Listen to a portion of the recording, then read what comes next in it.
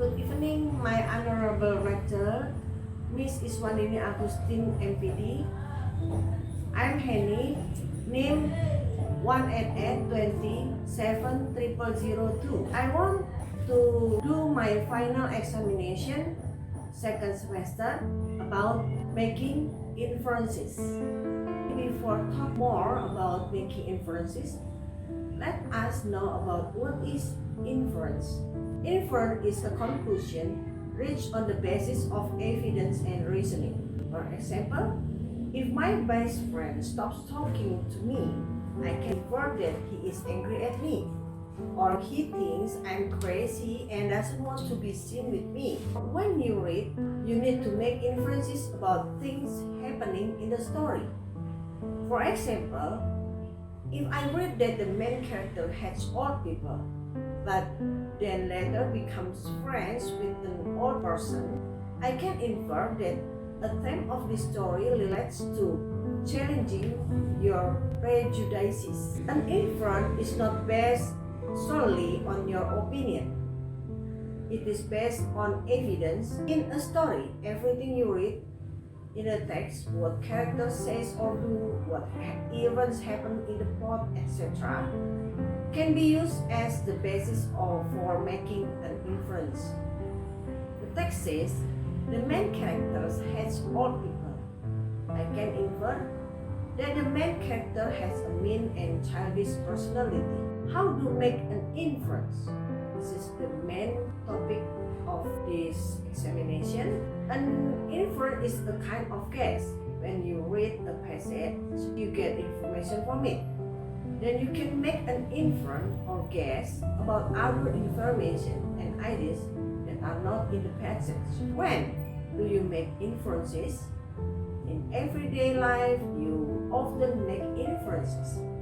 When you read, maybe when you're in a conversation, etc. For example, a friend from Chicago is supposed to arrive by plane this afternoon. You hear that there are terrible snowstorms in Chicago. Evidence or reason, you hear that there are terrible snowstorms in Chicago. So you can make an inference from this. Planes will probably not be able to fly out of Chicago, and your friend won't come today.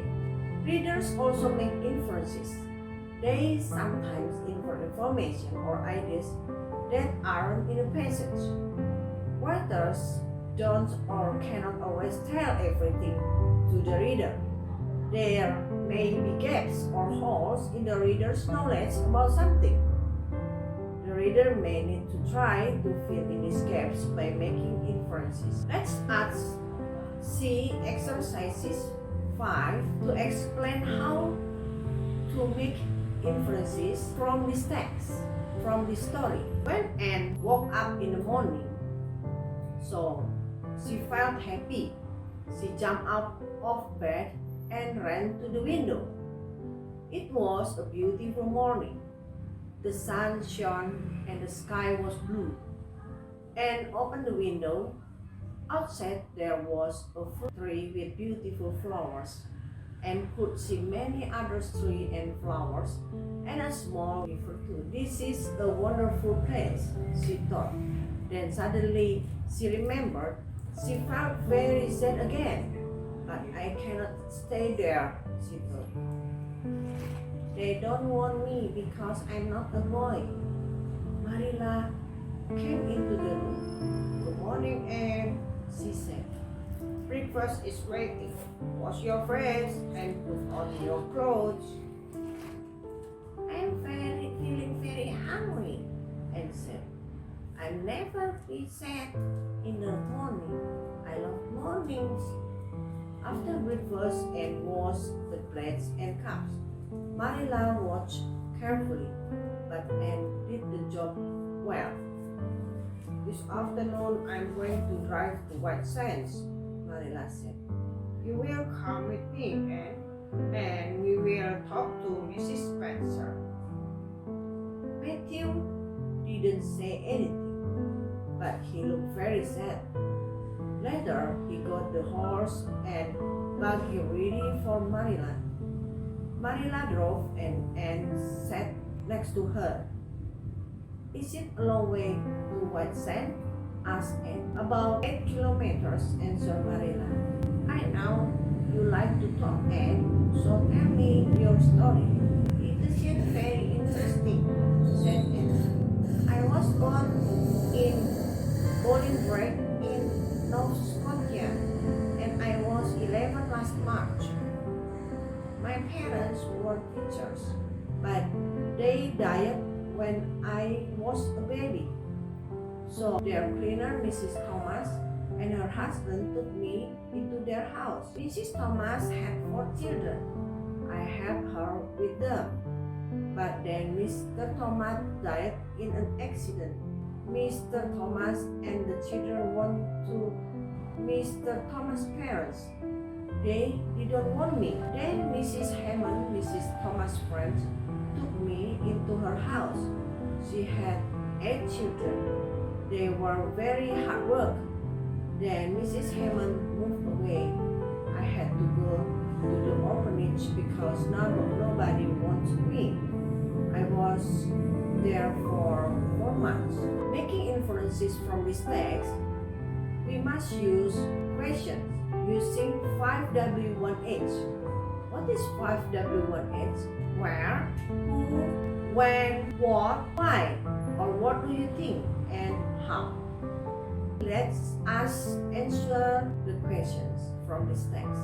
The first one, where are these people at Marilla and Matthew's house? We can guess that this is Marilla and Matthew's house from the way they spoke or act like a homeowner. From the text, we can see Marilla came into the room. Good morning, Anne, she said. Breakfast is waiting. Wash your face and put on your clothes. And Matthew didn't say anything, but he looked very sad. Later he got the horse and buggy ready for Marilla. Next, the second question is, who are they? Anne is an orphan girl. We can see the evidence in text. I had to go to the orphanage because nobody wanted me. Marilla and Matthew, maybe they are a spouse. From what they spoke or act, as I have already explained at number 1. Number 3, when do you think this takes place? In the morning, because the text say when Anne woke up the next morning, whereas in the afternoon is the planning of Marilla will go to Mrs. Spencer. Number 4, what is happening? Marilla and Matthew want to deliver Anne to Mrs. Spencer, their friend, at the White Sands.